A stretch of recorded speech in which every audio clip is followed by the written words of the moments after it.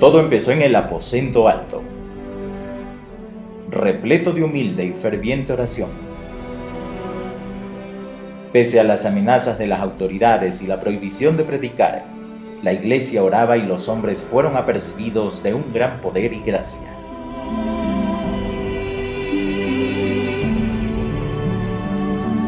Por todas partes las personas oraban, unidas, arrepentidas, con confesión y humildad.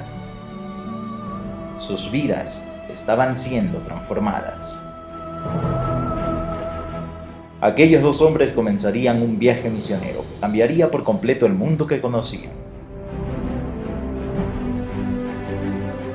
Y el mensaje traspasaría todas las fronteras. La oración colectiva hizo posible que un preso escapara. Un rey pidió a su pueblo ayuno y oración, y el enemigo fue derrotado en una batalla ganada sin necesidad de luchar.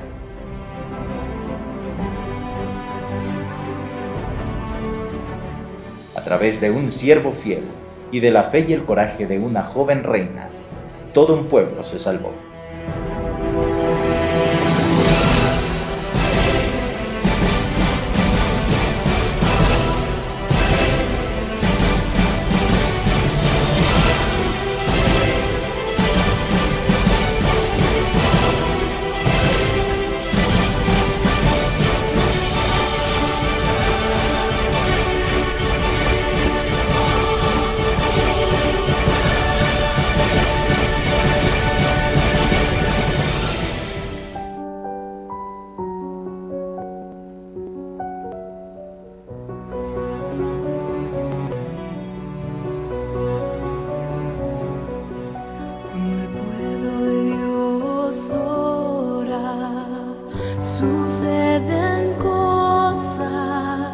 Suceden cosas maravillosas cuando el pueblo de Dios ora. Suceden cosas maravillosas. Hay sanidad, hay salvación y se siente la presencia del Señor. Hay sanidad, hay salvación y se siente la presencia del Señor.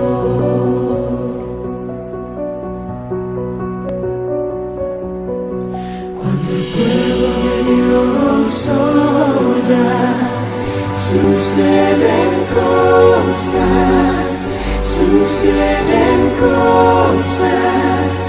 maravillosas. Como iglesia, dedicar este tiempo a la oración.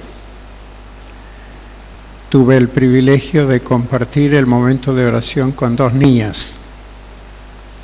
Qué lindo es escuchar esas oraciones llenas de sentimiento, de niñas que aman al Señor tanto o más que nosotros mismos. He estado orando para que mi comprensión del Evangelio se enriquezca con las profecías. Que mi comprensión del Evangelio sea más que el conocimiento más o menos profundo de doctrinas, para tornarse en una experiencia. La experiencia del ángel que volaba por el medio del cielo con el Evangelio eterno. Pero un Evangelio eterno que lleva consigo el contexto de un tiempo especial, un tiempo que se acaba. Pero la preocupación no es porque el tiempo se acaba, eso es importante para apresurar la predicación del Evangelio. Pero el tiempo se acaba para dar origen a cielos nuevos y tierra nueva. Qué magnífico exponer juntos el Evangelio con las profecías. Esta noche, antes de ir al PowerPoint, yo quisiera compartir una historia que quizá ustedes ya han escuchado. La Iglesia Adventista del Séptimo Día, en los últimos 15, quizá un poco más de años, ha tenido diálogos con otras denominaciones. Probablemente ustedes oyeron, no se habló demasiado en nuestras revistas, porque eran situaciones privadas, diríamos nosotros, con varias denominaciones, y a mí me llamó bastante la atención uno de esos diálogos, el tenido por un grupo de teólogos adventistas con un grupo de teólogos luteranos, representantes de la Iglesia Luterana Mundial. ¿Por qué se tuvo esos diálogos?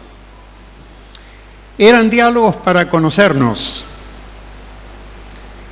En realidad nosotros buscamos algunos de esos diálogos, otros vinieron, porque cuando nos conocen de manera indirecta, muchas veces la información está teñida con aspectos negativos y algunos falsos. Seguí de cerca las 5 o 6 conversaciones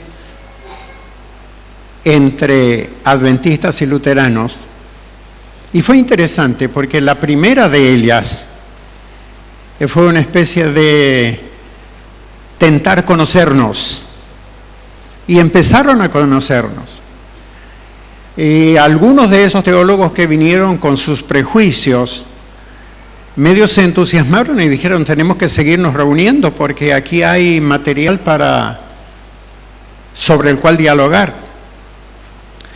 En la segunda reunión ya ellos aceptaron plenamente que la información que muchas veces daban de que la Iglesia Adventista Mundial era una secta era falsa, y que eran una iglesia evangélica en todo el sentido de la expresión. Al final de estos diálogos se escribió un libro. No sé de quién fue la sugerencia, pero rápidamente se pusieron de acuerdo los dos grupos. En las reuniones había una presentación de un luterano, de luego una presentación de un adventista, así 5 o 6 presentaciones en cada reunión.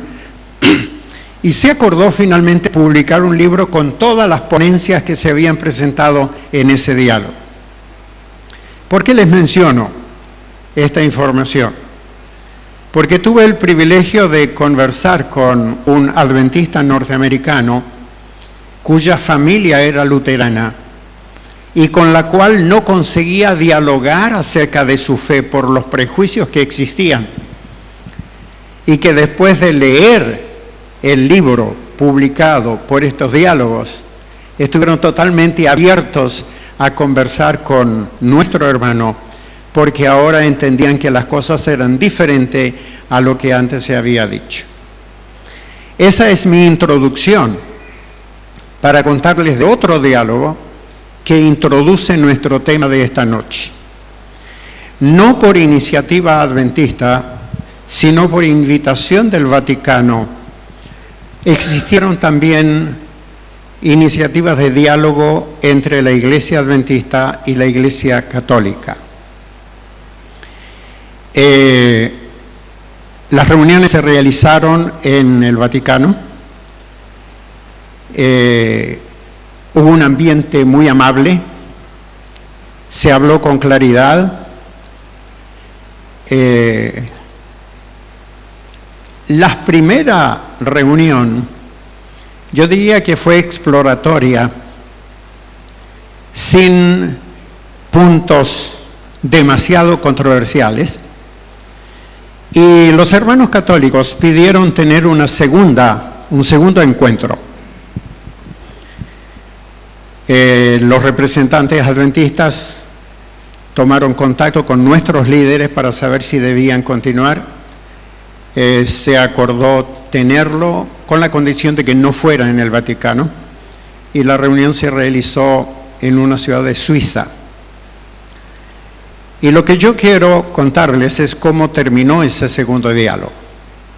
Después de presentar nuestras creencias principales y destacadas, después de escuchar algunos planteos de parte de nuestros hermanos católicos, cuando ya estaba acercándose el término de ese segundo encuentro, uno de los teólogos principales de la Iglesia Católica, que estaba frente a un amigo nuestro, le dice: ¿y ustedes todavía tienen la misma interpretación de Apocalipsis 13? Pregunta medio directa, ¿no es cierto? Nuestro representante, a quien fue dirigida la pregunta, dice: bueno, esa interpretación no la inventamos nosotros. En realidad tuvo su origen en estudiosos católicos, luego fue adoptada por grupos protestantes, y nosotros la seguimos manteniendo porque no hemos encontrado una mejor. Ahí se acabó el diálogo. ¿Todos ustedes conocen el tema de Apocalipsis 13? ¿O lo estudiaron para los estudios bíblicos y ahora ya lo olvidaron? Anoche conversábamos sobre evangelio y profecía. La iglesia adventista es más que una iglesia evangélica. Es un movimiento profético. Y ese movimiento profético, consideramos nosotros, está incluido en ese pantallazo general que ha dado Dios de la historia de este mundo y cómo esa historia va a terminar. Y con el Dr. Knight, yo repito la pregunta: ¿tenemos nosotros nuestra identidad clara? ¿Tenemos nosotros suficiente conocimiento de toda la apocalíptica bíblica, de tal manera que podemos explicar a cualquier persona cuál es la base de nuestra identidad? ¿O en algún momento nos sentimos un poco cohibidos y ocultamos algo de nuestra identidad? Tengan esto en mente no solo para hoy, sino para el resto de los 8 días que todavía nos quedan, porque el propósito de la Iglesia al realizar estos estudios es de que la Iglesia Adventista, aunque la llamemos Iglesia Adventista, es más bien el movimiento adventista que en base a profecías bíblicas claras tiene una tarea específica para el tiempo del fin. Y vayamos ahora, por favor, al PowerPoint para ver cómo deben ser interpretadas esas profecías que junto con el Evangelio deben ser presentadas en el mundo hoy.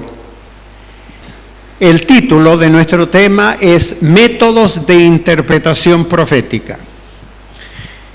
Yo estoy feliz de la cantidad de ustedes que vinieron esta noche, porque el viernes de noche es una noche muy especial para todos nosotros. Me hubiera gustado que el tema de esta noche fuera Apocalipsis 14 y no el de métodos, pero parece que el orden exige para que ustedes puedan juntos participar de los hermosos temas que vienen a continuación. Pero vayamos de acuerdo al plan que existen. La profecía no se puede interpretar de cualquier manera. Hay muchos símbolos, hay un estilo literario diferente al que quizá estamos acostumbrados en las narraciones bíblicas o en las parábolas bíblicas o en las historias bíblicas. Vayamos un poco a mirar 2 Timoteo 2:15 y Efesios 4:14. Leo todo, 2 Timoteo. Procura con diligencia, le dice Pablo a Timoteo, presentarte a Dios aprobado. ¿Qué significa presentarnos delante de Dios aprobados? Presentarnos ante el Señor cuando evalúe nuestra conducta y descubrir que hemos seguido su voluntad, que la hemos buscado, que hemos permitido que el Espíritu Santo nos acompañara y hemos hecho su voluntad. ¿Cuál es esa voluntad? Que seas un obrero que no tiene de qué avergonzarse, que usa bien la palabra de verdad, que traza bien la palabra de verdad. Una traducción literal podría ser que corta bien la palabra de verdad. Quiere decir que existe el riesgo de no usarla bien, y de hecho muchas personas lo hacen, y tenemos que ser cuidadosos para que ese no sea nuestro caso. Va a llegar el tiempo en que podemos ser engañados y ser llevados por doquiera de todo viento de doctrina, por estratagema de hombres que para engañar emplean con astucia, ¿qué cosa? Las artimañas del error. Estamos estudiando la verdad de Dios, queremos conocer la revelación de Dios, lo que Dios quiere que nosotros conozcamos, pero existe el riesgo de ser engañados y tenemos que ser cuidadosos. Hay necesidad de una comprensión cuidadosa de los métodos de interpretación de las profecías bíblicas, principalmente las de Daniel y Apocalipsis. Y cuando dice esta declaración que debemos ser cuidadosos, yo quisiera agregar un par de palabras. Deberíamos ser humildes. Deberíamos buscar en oración la orientación del Espíritu Santo para no introducir en el texto bíblico nuestras ideas. Cosa muy fácil de hacer si es que nos descuidamos. Vamos a dar una mirada esta noche a 3 métodos de interpretación de la profecía. Y el primero que aparece aquí es el método preterista. Permítanme unir este primer método con lo que decíamos de Apocalipsis 13 hace un momento. Es un problema la terminación de las profecías bíblicas en el libro de Apocalipsis para las personas que tienen programas diferentes a los programas de Dios. El Señor es claro en su revelación. Es cierto, hay que estudiarla, no debemos ser superficiales. Sin embargo, especialmente los últimos capítulos de la palabra de Dios que apuntan a la manifestación gloriosa de nuestro Señor Jesucristo en la nube de los cielos, al establecimiento de ese reino eterno, es un tiempo en el que el Señor anuncia hechos humanos que necesitan estar muy claros en nuestra mente, muy claros. Por eso es que aparecen métodos para dar un rodeo a las verdades que están en la Biblia. El tercer método que vamos a ver hoy es el método historicista, que es el que la Iglesia Adventista sigue. Hay algunos otros grupos que también lo estudian, pero son pocos, en el que vemos lo que mencionamos hace un momento, el cuadro histórico general de la raza humana que Dios nos ha revelado. ¿Qué es el método preterista? Vayamos a verlo. Grupos protestantes del siglo XVI, al profundizar en sus estudios de la palabra de Dios, se interesaron en la interpretación profética. Los protestantes fueron fuertes en esto. Sí. Algunos teólogos jesuitas optaron por la interpretación profética denominada preterismo, cuyo abordaje tuvo su origen con Porfirio, un neoplatonista del siglo III, defensor del paganismo y opositor declarado del cristianismo. método preterista, cómo zafarnos de la responsabilidad de tener que enfrentar una profecía que puede afectarnos ahora. No, esto ya ocurrió en el pasado, es la idea de los preteristas. Continuemos. Francisco Rivera y Luis de Alcázar, dos jesuitas españoles, se unieron para defender la Iglesia Católica y anular las interpretaciones protestantes de las profecías que identificaban al Papa y a la Iglesia Católica como el Anticristo y Babilonia. Quizá hago un paréntesis aquí para que nos entendamos bien. Cuando hablamos de la Iglesia Católica, hablamos de un sistema, de una institución con características religiosas, pero no estamos atacando a personas. Hay en todos los grupos religiosos, yo creo, gente sincera que son fieles a la medida de la luz que tienen. Así que por favor, en el contexto del Evangelio, porque eso es lo que estamos haciendo en estas reuniones, tenemos que amar a todos los pecadores como Cristo los amó y no actuar prejuiciadamente para categorizarlos antes de tiempo. Así que cuando estamos diciendo aquí que el Papa y la Iglesia Católica fueron identificados por estos intérpretes como el Anticristo y Babilonia, los grupos evangélicos, había que enfrentar ese tema, había que rebatir ese tema. Y estos teólogos jesuitas lo hicieron dándole forma muy atrayente a una interpretación preterista. Continuemos. Con este método de interpretación, los católicos lograron el éxito, confundiendo la interpretación profética protestante. Y una explicación más encontramos a continuación. Los defensores del método preterista afirman que el cumplimiento de la profecía ocurrió en el pasado, alrededor del tiempo en el que la profecía fue dada. El profeta no tiene una vista previa del futuro. El profeta está hablando de algo que está aconteciendo en su tiempo o que quizás ya aconteció.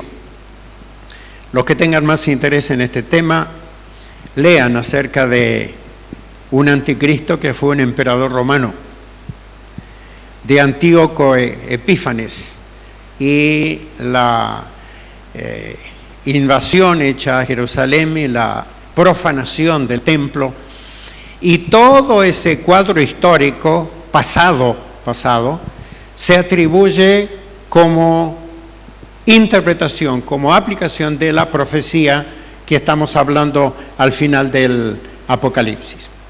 Este método de interpretación profética es descartado por los adventistas, ya que omite el elemento predictivo de la profecía en su contexto más amplio.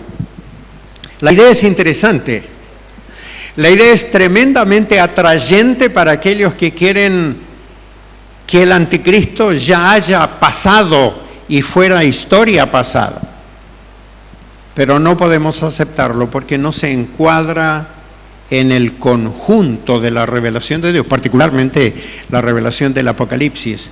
Hay muchos huecos, hay muchas lagunas en esta interpretación. Continuamos.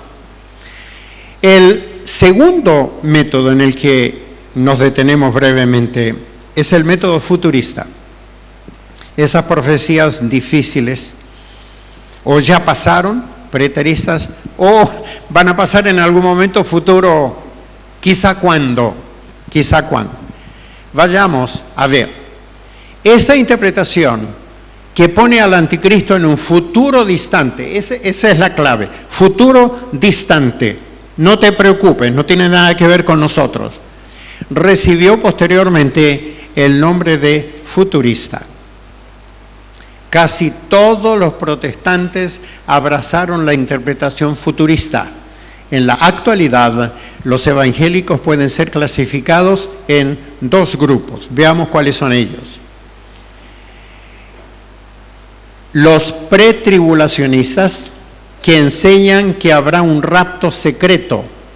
La iglesia será arrebatada antes de la gran tribulación. Probablemente muchos de ustedes conocen esta posición. De paso, hay un librito muy claro que escribió el pastor Nelson de Andrews University diciendo por qué no puedo aceptar la idea del rapto. Pero este es uno de los grupos que aparecen con interpretaciones futuristas. El siguiente, los dispensacionalistas. Predican que el trato de Dios con el hombre desde la creación se divide en 7 dispensaciones. No habrá tiempo para verlas en detalle, pero por lo menos veamos sus títulos. Los dispensacionalistas, repito, se dividen en 7 dispensaciones. La era de la inocencia, o el tiempo antes de la entrada del pecado. Luego la conciencia de pecado después de la caída. El gobierno humano, la época en que el ser humano, antes de la formación del pueblo de Israel.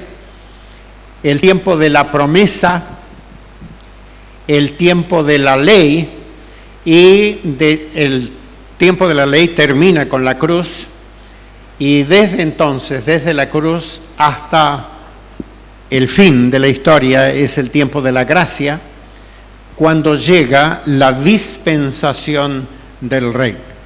En fin, términos para tener apenas una idea superficial de algunos de los temas que tratan los futuristas. Continuemos. La creencia en el método de interpretación futurista creció y alcanzó millares de denominaciones evangélicas, tanto tradicionales como pentecostales, contribuyendo así para desviar del papado los indicios que lo señalaban como el anticristo de la profecía y del papel que representará en la profecía de Apocalipsis 13. Los adventistas del séptimo día debemos estudiar las profecías, debemos recibir el beneficio directo, no porque otro las estudió y nos dio las conclusiones, de tal manera que nuestra fe en el Evangelio sea la de un Evangelio en tiempo de crisis, la de la proclamación del Evangelio en un tiempo cuando el mundo está llegando al peor de sus niveles. La proclamación del Evangelio no como una doctrina, sino como una experiencia personal que transforma vidas y muestra lo que puede hacer o lo que puede llegar a ser el ser humano que permite que Dios dirija su vida. Llegamos al método historicista, que es el que sí deberíamos conocer en detalle.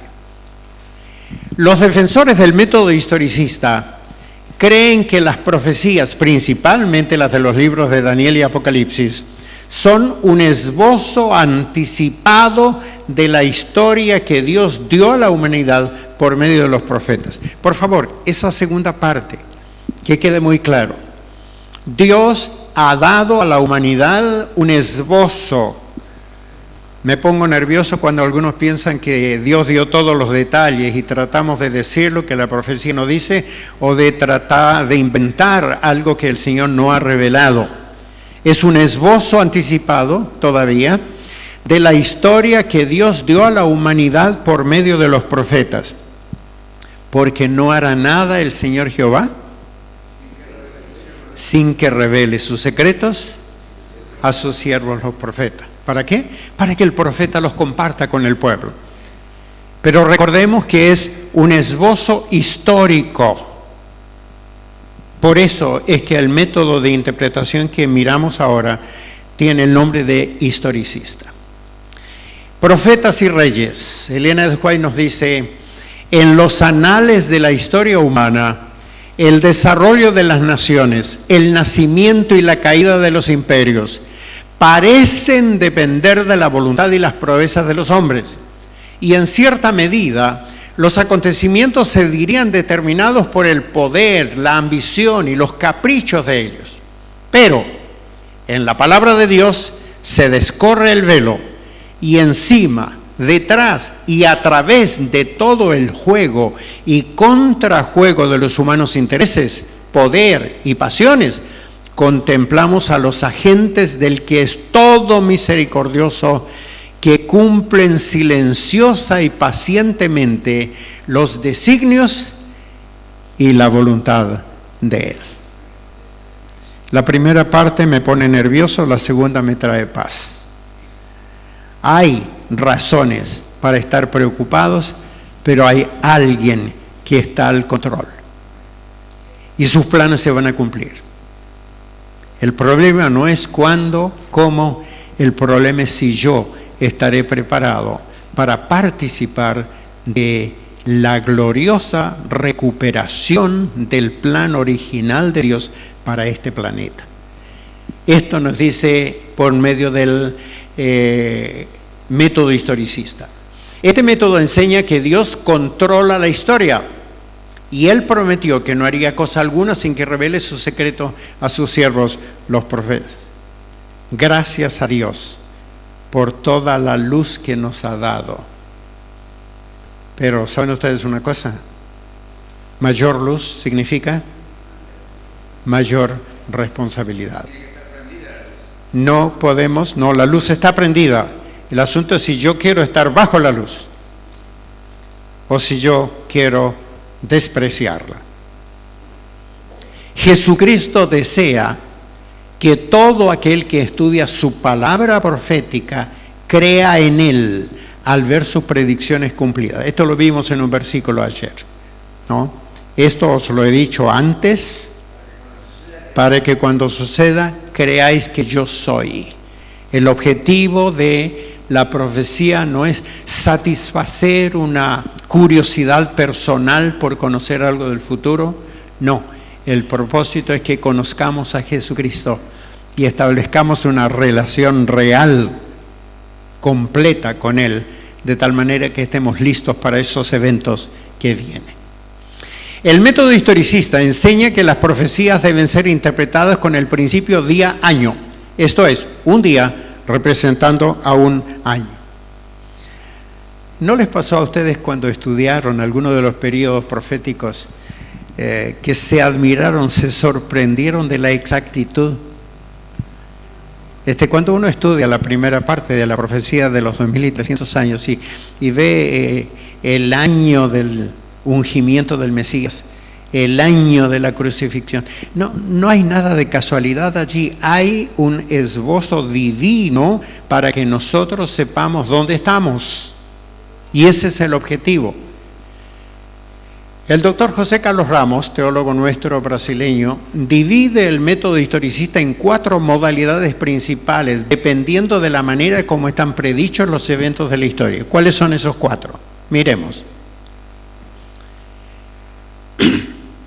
Secuencia lineal. Los eventos futuros son descritos uno detrás del otro hasta el fin de los tiempos. Hay un orden cronológico para la mayor parte de los eventos en la profecía. Al leer la profecía nosotros vamos a tener que descubrir si los diferentes eventos que contiene tienen un orden lineal, son uno después del otro, y hay muchos que lo son. El segundo, recapitulación. Las profecías describen los mismos eventos varias veces desde diferentes perspectivas, más de una profecía para el mismo evento histórico. Y encontramos en Daniel 2 un paralelo de Daniel 7.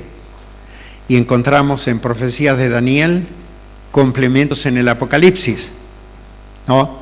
Uno detrás, recapitulando el otro. Recurrencia. Este es un grupo también conocido como apotelesmática, que supone el cumplimiento múltiple de una profecía. ¿Han leído ustedes pasajes proféticos del Antiguo Testamento con profecías que se aplicaron al Israel de entonces, pero que tienen una segunda aplicación para nosotros hoy? Es parte del método divino. Es parte del método divino. Y finalmente, filosofía de la historia. Es establecida la premisa de que la historia se repite. Y esta es similar a la anterior. Continuamos. Esta es nuestra última diapositiva. Los adventistas del séptimo día basaron su interpretación profética en el principio historicista. Y tenemos manera de fundamentarlo usando el texto bíblico. Creen que la historia ya recorrió la mayor parte de su curso y avanza para su clímax, que será la venida de Jesucristo y el establecimiento del reino eterno de Dios. Ustedes están descubriendo que el nombre nuestro es apropiado, adventistas. El séptimo día revela nuestro respeto de los mandamientos de Dios, pero la palabra adventista revela que nuestros ojos están puestos en la Escritura, en una esperanza gloriosa anunciada vez tras vez en el texto de la Biblia y que ha sido descuidado por nuestros hermanos de otras denominaciones. Dejo hasta aquí una introducción que va a ser, creo, útil para los temas que ustedes van a estar conversando, oyendo el resto de estos 10 días. Pero permítanme regresar a nuestra introducción de ayer. Esto, voy a usar una frase de Knight. Knight es muy pintoresco, pero esto no es zoología bíblica. Él dice que a veces hemos asustado a la gente con las bestias, los animales, los cuernos y algunas otras características. Eso es el Evangelio. Dios tiene un problema, el universo tiene un problema, es el pecado. Esa situación ha alejado a la humanidad de los caminos de Dios. Pero el Señor no está nervioso como a veces quizás nosotros nos ponemos nerviosos porque el tiempo dura más de lo que nos gustaría que durase. Dios tiene un plan y ese plan es perfecto. Y ese plan procura la salvación de la mayor cantidad de personas posibles. Y allí estás incluido tú, allí estoy incluido yo. Así que al mirar durante esta semana las interpretaciones adventistas de la revelación bíblica apocalíptica, miremos a Jesús. Porque Él vino a crear este planeta que se tornó rebelde. Él acompañó al pueblo de Israel en una peregrinación fracasada. Él vino para encarnarse y vivir en medio nuestro. Levantó su tienda en medio nuestro. Y Él dejó a un grupo de seguidores para que cuenten esta historia a todo el planeta. El trabajo que realizaron los apóstoles fue extraordinario, ¿no fue? A veces me da vergüenza de cómo lograron ellos lo que lograron y a veces nosotros cuán tranquilos estamos con lo que poco que conseguimos hacer. Cómo me alegran las noticias del trabajo que esta iglesia está haciendo en la Ventana 1040 y en otros lugares difíciles de llegar de nuestro planeta. Pero cómo alabo al Señor en el corazón cuando empiezo a ver los resultados en diferentes lugares. Voy a comenzar por lejos. Ustedes se han enterado que la División Sudamericana está enviando 25 matrimonios, 25 familias al territorio de la Ventana 1040. ¿Sabían? ¿Y con qué lo están pagando? Con dinero sudamericano. No estamos ahora esperando que de un país desarrollado nos manden la plata como a veces esperábamos. Aleluya, excelente, magnífico. En situaciones muy difíciles, estos jóvenes matrimonios, algunos no tan jóvenes, van a hacer un trabajo que es necesario que se haga. ¿Para qué? Para que ese primer ángel que predica el Evangelio en toda nación, tribu, lengua y pueblo termine el trabajo. Qué alegría me da cuando recibo las noticias de la Universidad Adventista del Plata y su trabajo que están haciendo en Kirguistán. Excelente. No. Pero yo voy a terminar con el testimonio de ayer. El hermano Goltz, ¿quién nos contó? Que aquí, el Libertador San Martín, un grupo de personas oraba por algo difícil. Un miembro de la familia que había dejado la iglesia y que parece que se sentía muy bien allá afuera, pero querían que volviera. Y oraban. Y ese miembro de la familia regresó a esta colina, se rebautizó y hoy es un fiel miembro de Libertador Norte. ¿Qué pasaría si cada uno de los que está aquí en esta noche tomara un nombre de aquí o de allá para orar intensamente por su salvación? De paso, esta semana vamos quizá a recordar un poco más de qué significa orar. Orar no significa estar solito en la pieza y pedirle, Señor, que fulano se convierta y se acabó. Ahora el problema queda en las manos del Señor. No. Cuando yo oro, asumo la responsabilidad. No solo estoy pidiendo que Dios haga su parte, sino que yo estoy dispuesto a hacer la parte mía. Queridos hermanos, esta iglesia tiene un mensaje hermoso, tenemos una esperanza extraordinaria y el Señor quiere volver pronto. Pero depende de nosotros. Depende de nuestra preparación personal, de nuestra transformación por obra del Espíritu Santo y de un trabajo evangelístico. La palabra evangelístico a veces trae un contexto de trabajo difícil, ¿no? Y aparece quizá la idea de esfuerzo evangelístico. En la iglesia adventista entra más gente por el contacto personal y permanecen como miembros de la iglesia cuando uno de nosotros se interesa por ser su amigo primero, ser su instructor quizá después y ser su mentor como cristiano renovado. El Señor tiene un movimiento profético.